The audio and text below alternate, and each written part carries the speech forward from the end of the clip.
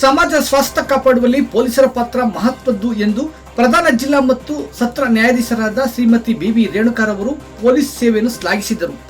ಬೆಂಗಳೂರು ದಕ್ಷಿಣ ಜಿಲ್ಲೆ ಚನ್ನಪಟ್ಟಣ ನಗರದ ಜಿಲ್ಲಾ ಸಶಸ್ತ್ರ ಮೀಸಲು ಪಡೆ ಮೈದಾನದಲ್ಲಿ ಆಯೋಜನೆ ಮಾಡಲಾಗಿದ್ದ ಪೊಲೀಸ್ ಹುತಾತ್ಮರ ದಿನಾಚರಣೆ 2025 ಸಮಾರಂಭದಲ್ಲಿ ಮಡಿದ ವೀರ ಹುತಾತ್ಮರ ಸ್ಮಾರಕಕ್ಕೆ ಪುಷ್ಪಗುಚ್ಛ ವಿರಿಸಿ ಮಾತನಾಡಿದರು. ಪೊಲೀಸರ ತ್ಯಾಗ ಬಲಿದಾನ ಸ್ಮರಣೀಯ ದಿನವಾಗಿರುವ ಅಕ್ಟೋಬರ್ 21ರ ಇತಿಹಾಸದಲ್ಲಿ ದಾಖಲಾಗುವ ದಿನವೆಂದರೆ ಅಚ್ಚೊಕ್ತಿಯಲ್ಲ ಎಂದರು. ಸದಾ ಒತ್ತಡದಲ್ಲಿ ನಡುವೆಯೂ ಸಾರ್ವಜನಿಕರ ಆಸ್ತಿ ಪಾಸ್ತಿ ಪ್ರಾಣ ರಕ್ಷಣೆಗೆ ನಿಂತು ತಮ್ಮ ಕುಟುಂಬವನ್ನು ಮರೆತು ಸಾವಿನ ಜೊತೆ ಸೆಣಸಾಟ ಮಾಡುವ ಪೊಲೀಸರ ಸೇವೆ ಅದ್ವಿತೀಯ ಎಂದರೆ ತಪ್ಪೇನಿಲ್ಲ ಎಂದರು. ಈ ಸಂದರ್ಭದಲ್ಲಿ ಬೆಂಗಳೂರು ದಕ್ಷಿಣ ಜಿಲ್ಲೆಯ ಜಿಲ್ಲಾ ಪೊಲೀಸ್ ವರಿಷ್ಠಾಧಿಕಾರಿ ಶ್ರೀನಿವಾಸ್ ಗೌಡ ಭಾರತ ದೇಶದಲ್ಲಿ ಮಡಿದ ವೀರ ಪೊಲೀಸರ ಹೆಸರುಗಳನ್ನು ವಾಚಿಸಿದರು.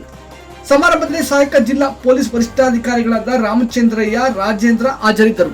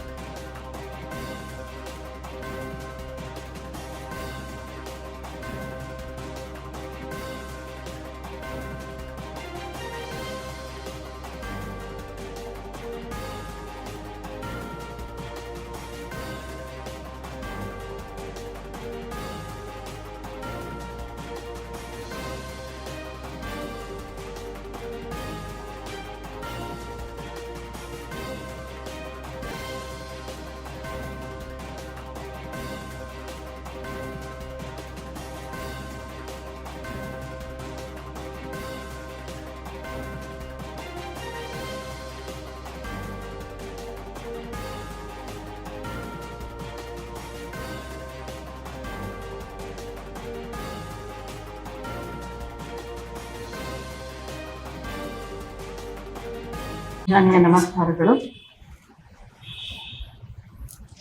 ಈ ಒಂದು ಸ್ಮರಣಾರ್ಥ ದಿನದ ವೇದಿಕೆಯಲ್ಲಿ ಉಪಸ್ಥಿತರಿರುವ ಜಿಲ್ಲಾ ಪೊಲೀಸ್ ವರಿಷ್ಠಾಧಿಕಾರಿಗಳಾದ ಶ್ರೀ ಆರ್ ಶ್ರೀನಿವಾಸ ಗೌಡರೇ, ಹೆಚ್ಚುವರಿ ಪೊಲೀಸ್ ಅಧೀಕ್ಷಕರಾದ NH ರಾಮಚಂದ್ರಯ್ಯನವರೇ, ರಾಜೇಂದ್ರ ಅವರೇ ಮತ್ತು ಇಲ್ಲಿ ಹಾಜರಿರುವ ಎಲ್ಲ ಪೊಲೀಸ್ ಇಲಾಖೆಯ ಅಧಿಕಾರಿಗಳೇ ಮತ್ತು ಸಿಬ್ಬಂದಿ ವರ್ಗದವರೇ, ಮಾಧ್ಯಮ ಮಿತ್ರರೇ, ಮಹನೀಯರೇ, ಈಗ SP ಸಾಹೇಬರು ಕೆಲವರ ಹೆಸರುಗಳನ್ನೆಲ್ಲ ಹೇಳಿದ್ರು.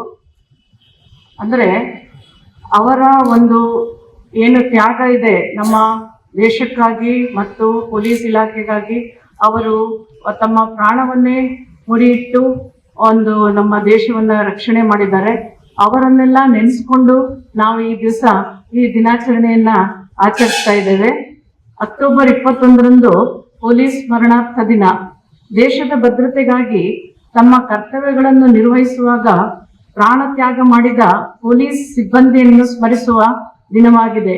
1959ರ ಅಕ್ಟೋಬರ್ 21ರಂದು ಭಾರತ ಹಾಗೂ ಚೀನಾ ಗಡಿಯಲ್ಲಿ ದೇಶ ಸೇವೆಯಲ್ಲಿ ನಿರತರಾಗಿದ್ದ ಕೇಂದ್ರೀಯ ಸಶಸ್ತ್ರ ಮೀಸಲು ಪಡೆಯ 10 ಜನ ಪೊಲೀಸರು ಚೀನಾ ಸೇನಾ ಪಡೆಗಳು ನಡೆಸಿದ ದಾಳಿಯಲ್ಲಿ ಹುತಾತ್ಮರಾಗಿದ್ದರು. ಅವರ ಈ ಸ್ಮರಣಾರ್ಥಕವಾಗಿಯೇ ಪೊಲೀಸ್ ಹುತಾತ್ಮರ ದಿನಾಚರಣೆಯನ್ನ ಆಚರಿಸಲಾಗುತ್ತದೆ. ಯಾವುದೇ ದೇಶಕ್ಕೆ ಪೊಲೀಸ್ ಪಡೆಗಳು ಬಹಳ ಮುಖ್ಯ. ಅಪರಾಧವನ್ನು ತಡೆಗಟ್ಟುವಲ್ಲಿ, ಅಪರಾಧಿಗಳ ಕೃತ್ಯಗಳಿಗೆ ಶಿಕ್ಷಿಸುವಲ್ಲಿ ಮತ್ತು ಆ ಪ್ರದೇಶದಲ್ಲಿ ಶಾಂತಿ ಮತ್ತು ಕಾನೂನು ಮತ್ತು ಸುವ್ಯವಸ್ಥೆಯನ್ನು ಕಾಪಾಡುವಲ್ಲಿ ಪೊಲೀಸರು ಪ್ರಮುಖ ಪಾತ್ರ ವಹಿಸುತ್ತಾರೆ.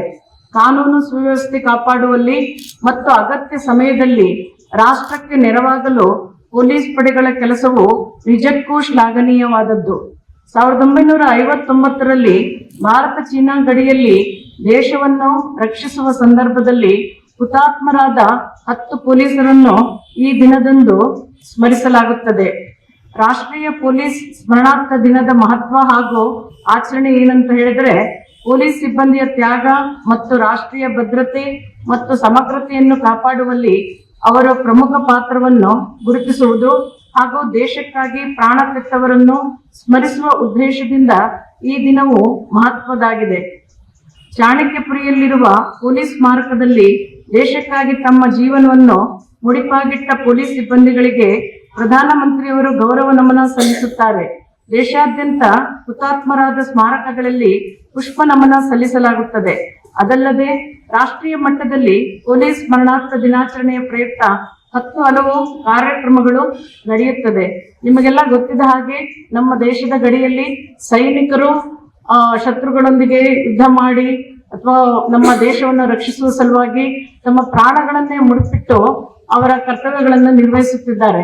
ಹೇಗೆ ದೇಶದ ಗಡಿಯಲ್ಲಿ ಸೈನಿಕರು ತಮ್ಮ ಒಂದು ಪ್ರಾಣವನ್ನು ಮುಡಿಯಿಟ್ಟು ಕೆಲಸವನ್ನು ನಿರ್ವಹಿಸುತ್ತಿದ್ದಾರೋ ಹಾಗೆಯೇ ನಮ್ಮ ರಾಜ್ಯಗಳಲ್ಲಿ ಮತ್ತು ಜಿಲ್ಲೆಗಳಲ್ಲಿ ಎಲ್ಲ ಕಡೆಯೂ ಕೂಡ ಪೊಲೀಸ್ ಸಿಬ್ಬಂದಿಯವರು ತಮ್ಮ ಒಂದು ಕರ್ತವ್ಯ ನಿರತರಾಗಿದ್ದ ಸಮಯದಲ್ಲಿ ಯಾವುದೋ ಒಂದು ಕಾರಣದಿಂದ ಅವರಿಗೆ ತೊಂದರೆ ಆದರೆ, ಅವರ ಪ್ರಾಣ ಹೋದರೆ ಅಂಥವರನ್ನು ಕೂಡ ನಾವು ಸ್ಮರಿಸಬೇಕಾಗುತ್ತದೆ. ಯಾಕಂತ ಹೇಳಿದ್ರೆ ಅವರು ಕರ್ತವ್ಯ ನಿರತರಾಗಿದ್ದಾಗ ಅವರ ಮರಣ ಹೊಂದಿರುತ್ತಾರೆ. ಅವರು ಕೂಡ ನಮ್ಮ ದೇಶಕ್ಕಾಗಿ ರಾಜ್ಯಕ್ಕಾಗಿ ಹುತಾತ್ಮರೆಂದೇ ನಾವು ಹೇಳ್ಬೇಕಾಗ್ತದೆ.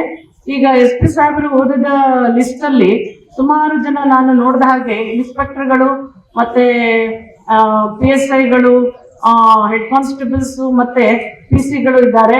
ಅವರೆಲ್ಲರೂ ಕೂಡ ಒಂದು ತಮ್ಮ ಕರ್ತವ್ಯದಲ್ಲಿ ನಿರತರಾಗಿದ್ದಾಗೆ ಮರಣ ಹೊಂದಿದ್ದು ಅವರ ಕುಟುಂಬದವರನ್ನ ಬಿಟ್ಟು ಹೋಗಿರ್ತಾರೆ.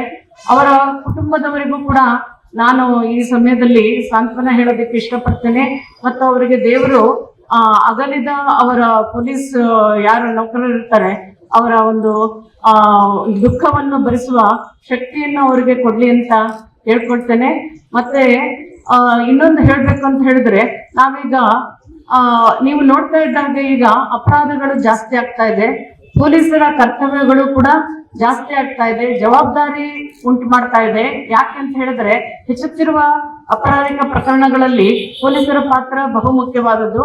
ಈಗ ಅಪರಾಧಿಗಳನ್ನು ಹಿಡಿಯುವಾಗ್ಲೂ ಕೂಡ ಕೆಲವರು ಪೊಲೀಸರು ತಮ್ಮ ಪ್ರಾಣವನ್ನ ತ್ಯಾಗ ಮಾಡ್ತಾ ಇದ್ದಾರೆ. ಯಾಕೆ ಅಂತ ಹೇಳಿದ್ರೆ ಅವರ ಮೇಲೆ ಅಟ್ಯಾಕ್ ಆಗ್ತಾ ಇದೆ, ಈ ಒಂದು ಅಪರಾಧಿಗಳಿಂದ ಅಟ್ಯಾಕ್ ಆಗ್ತಾ ಇದೆ.